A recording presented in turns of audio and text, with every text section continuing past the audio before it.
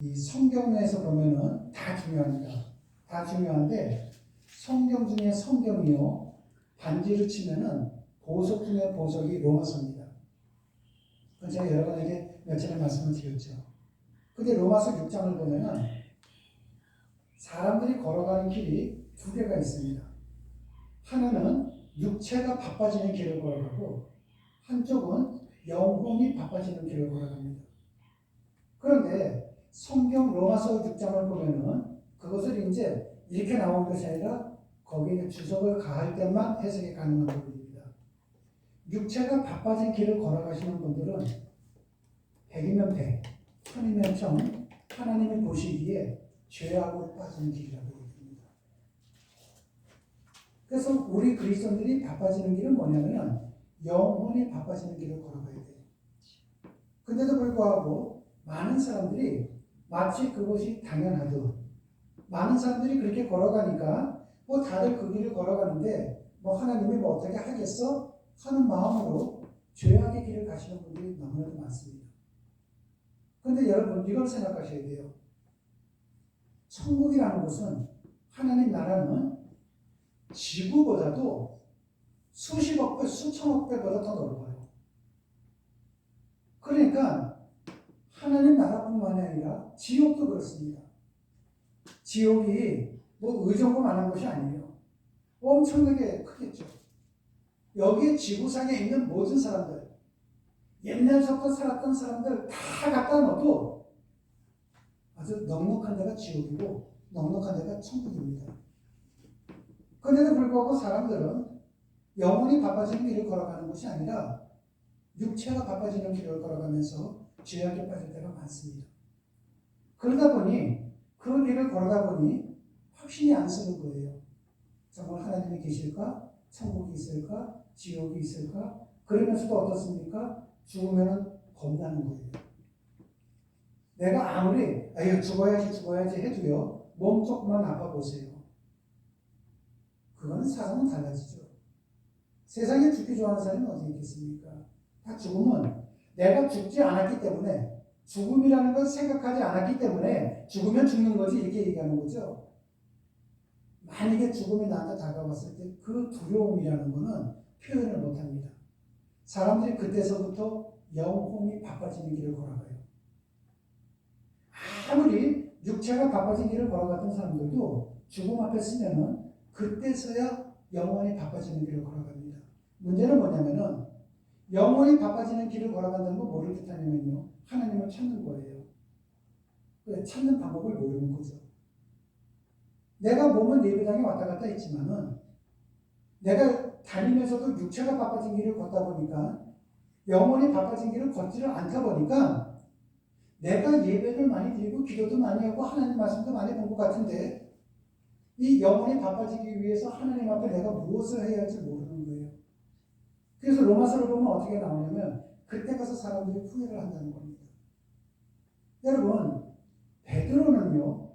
베드로와 가룟 유다의 차이점을 먼저 아십니까? 베드로는 회개를 한 것이고 가룟 유다는 후회를 한 거예요. 후회를 한 가룟 유다에게 뭐라고 했습니까? 차라리 세상에 태어나지나 말지. 용서가 안 되는 거예요. 그런데 내가 어떤 죽음에 다가왔을 때 환경이 그렇게 됐을 때 하나님을 찾는 영혼이 바빠지는 길을 내가 그때 가서 후회를 할 때 그 후회는 아무 소용이 없는 거죠. 회개가 필요하니까요. 내가 이런 확신이 쓰지 않다 보니까 우리 자녀들한테 어떻게 합니까? 너 영혼이 바빠지는 길을 걸어가야만이 하나님이 너에게 복을 줘. 이 이야기를 못하는 거예요. 두 가지 때문에. 첫째는 부모인 내가 확신이 안 섰는데 뭘 가르쳐 주겠습니까? 첫째는 그겁니다. 둘째는요. 내 자녀들, 나를 포함해서 내 자녀, 우리 가족 모두 다가 육체가 바빠지는 길을 걸어가면서 세상의 부귀 영화를 많이 누리기를 원하는 욕망이 있기 때문에 그렇습니다. 그렇게 살았던 사람들 중에서 대표적인 사람이 누구냐면 세리 마태예요. 우리가 지금 마태복음 9장에서는 세 가지 사건이 있다고 했습니다. 첫째는 친구들이 들것을 싣고선 중풍병자를 데리고 왔었죠. 우리가 지난 시간에는 뭐라고 했습니까?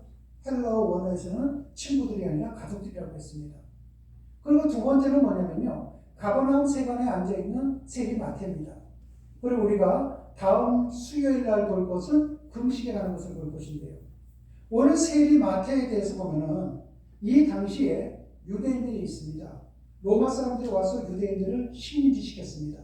옛날에 일제시대 때 일본이 우리 조선을 식민지한 거랑 똑같아요. 그러고 난 다음에 유대인들을 식민지를 하면서 이 유대인들 가운데에서 세무 공무원을 뽑는 거예요. 세무 공무원을 가리켜서 우리가 세리라고 이야기하는 겁니다. 근데 월급을 주지를 않습니다. 월급을 주는 것이 아니라 너희들이 세금 걷어다가 로마 제국에다가 얼마를 바쳐.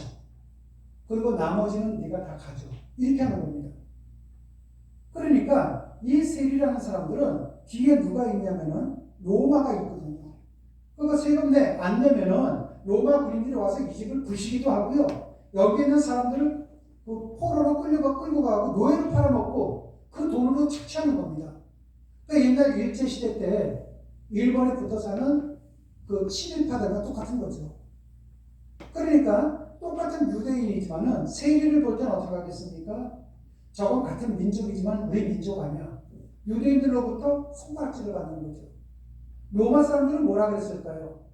아무리 돈이 좋다 그래도 그렇지. 어떻게 자기 동족의 피를 빨아먹냐? 사람 취급을 안 하는 겁니다. 로마 사람들도 사람 취급 안 합니다.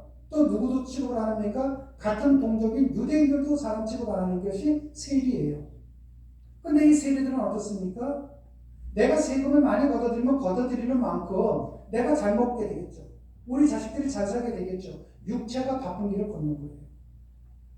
그러니 이러한 삶을 사는 것이 인생 잠깐이지 않습니까?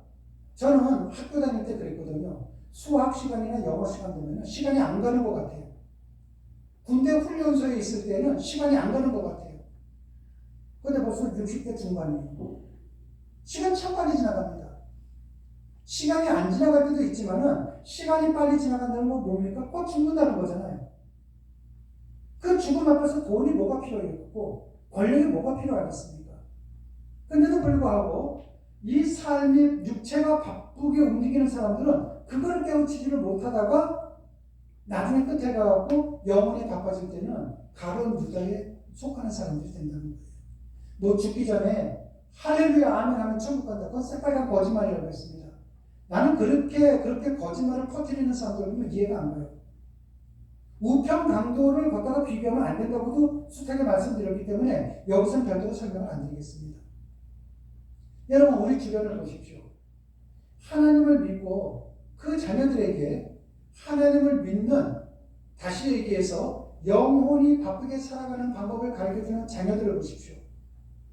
세상에서 부귀영화를 얼마큼 갖고 있느냐가 문제가 되는 것이 아니라 행복하죠. 그런데 육체가 바쁘게 살아가는 자녀들을 보면은 행복한 사람들이 많지 않습니다. 실례로 저랑 가까운 곳에 있는 사람이 한 사람 있습니다. 제가 참 잘하는 사람입니다.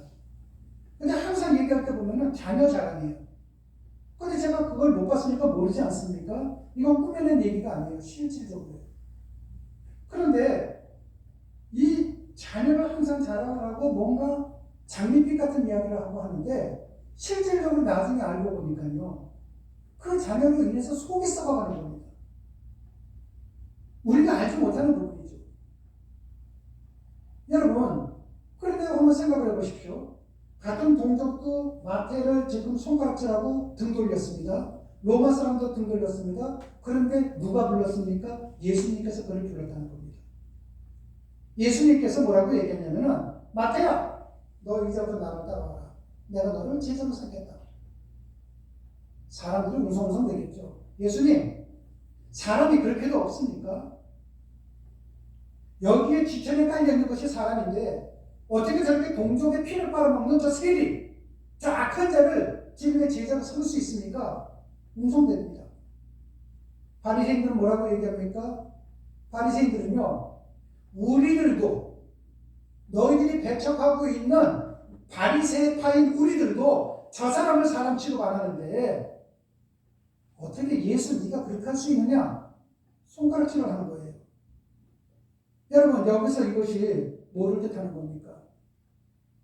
우리 예수님께서 뭐라고 말씀하셨습니까? 병든 자가 있다면 의사가 필요할 것이다. 그런데 건강한 사람이 있다면 의사는 필요가 없다. 지금 이 사람은 영적으로 병든 자 아닙니까? 지금은 소천하신 저희 큰 누님이 가고 그런 적이 있습니다. 저희 큰 누님이 뭐라고 했냐면 처음에 돌아가시기 전에 그 교회, 수서에 있는 은혜교회를 다녔는데 그 교회를 다니시면서 뭐라고 얘기했냐면 저한테 한 번은 전화가 왔었어요. 뭐라고 왔느냐? 나 같은 사람도 예수님의 백성이 될 수 있을까? 뭐 그렇게 얘기한 적이 있었습니다. 만약에 그분이 돌아가시기 전에 신앙생활을 할 때 우리 교회에 있었다면 그 집은 못했어요. 한 가족끼리는 믿음이 좀 자기가 아주 노력하기 전에는 힘듭니다. 가족들은요. 누구보다도 다른 성도들보다도요 3배, 4배 더 노력하셔야 돼요. 그런데 다른 식구가 아닌 다른 분이 목사님이다 보니까 그런 신앙이 들어간 거예요. 그때 제가 이 이야기를 해준 겁니다. 의사는 병든 자에게 필요한 것이지 건강한 자에게 필요가 없다. 누님은 아직까지 신앙이 없고 모든 것이 세상 속에 있다 보니 하나님의 보시기에는 누님은 병자다. 그래서 그것을 고쳐주기 위하여 의사 되시는 우리 주님께서 오신 거니까 구원받을 수 있다. 너무나도 감사한 겁니다. 여러분 마찬가지입니다. 하나님께서 여러분을 택하셨을 때 여러분들이 나 같은 사람이 나는 가진 것도 없는데 나는 아는 것도 없는데 나는 몸도 연약한데 이것은 이유가 되지를 않는다는 겁니다. 왜? 주님께서 여러분을 택하셨기 때문에 여러분들은 지금 이 자리에 있는 거예요. 그럼 이제 남은 건 한 가지죠. 우리 주님께서 택하시고 마태에게 뭐라고 얘기했습니까? 너 거기서 돈 잘 벌어라 이러지 않았죠. 나를 따라와라. 이제는 어떻게 됩니까? 여러분들이 이 자리에 계신다는 것은요. 누구를 볼 필요도 없고 어디랑 비교할 필요도 없습니다. 이제부터는 여러분들이 예수님을 따라가는 것 외에는 없어요. 그것이 영혼의 바쁜 길입니다. 그 영혼의 바쁜 길을 걷다 보면은 우리 주님께서는 여러분들이 후회를 하지 않도록 우리 주님께서는 성령님을 통해서 여러분에게 일러주시기도 하고 알려주시기도 하고 깨우쳐 주시기도 하고 생각나게 해주시기도 하고 이 과정 속에서 성장되고 성숙되는 겁니다. 오늘 이 시간 이후서부터 여러분 모두 다가 나는 이거 하기엔 자격이 없어. 난 저거 할 수가 없어. 이렇게 생각하지 마시고 하나님께서 여러분을 택하셨기에 이제부터 여러분들이 내가 지금까지는 주님을 따라가진 않았다 할지라도 오늘 이 시간 이후서부터는 마태가 모든 것을 내려놓고 주님을 따라갔던 것처럼 여러분 모두 다도 1순위가 주님을 따라가는 겁니다. 2순위는 뭐예요? 여러분의 자녀들에게 꼭 후회하지 마시고 주님을 믿으라고 그리스도 예수 안으로 들어오라고 꼭 가족 구원, 내 자녀 구원에 앞장서시는 겁니다. 1번과 2번을 행하시는 여러분이 되심으로 인해 주님께서 정말 주는 참 평강이 무엇인지 누리며 살아가는 여러분이 되시기를 주님의 이름으로 축원합니다. 아멘. 기도하시겠습니다.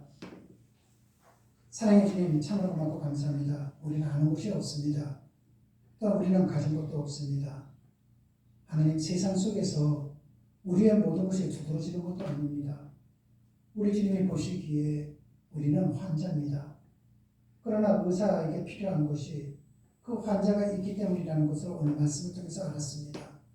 주님을 모십니다.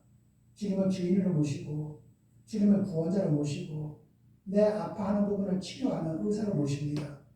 내 인생의 농부로 모십니다. 이 시간 이후서부터 주님께서 가자면 갈 것이요 주님께서 멈추자 그러면 멈출 것입니다. 그 주님을 온전히 따라가는 우리 모두가 될 수 있도록 성령님 도와주시옵소서. 주님 고맙습니다. 예수님 이름으로 기도드렸습니다. 아멘.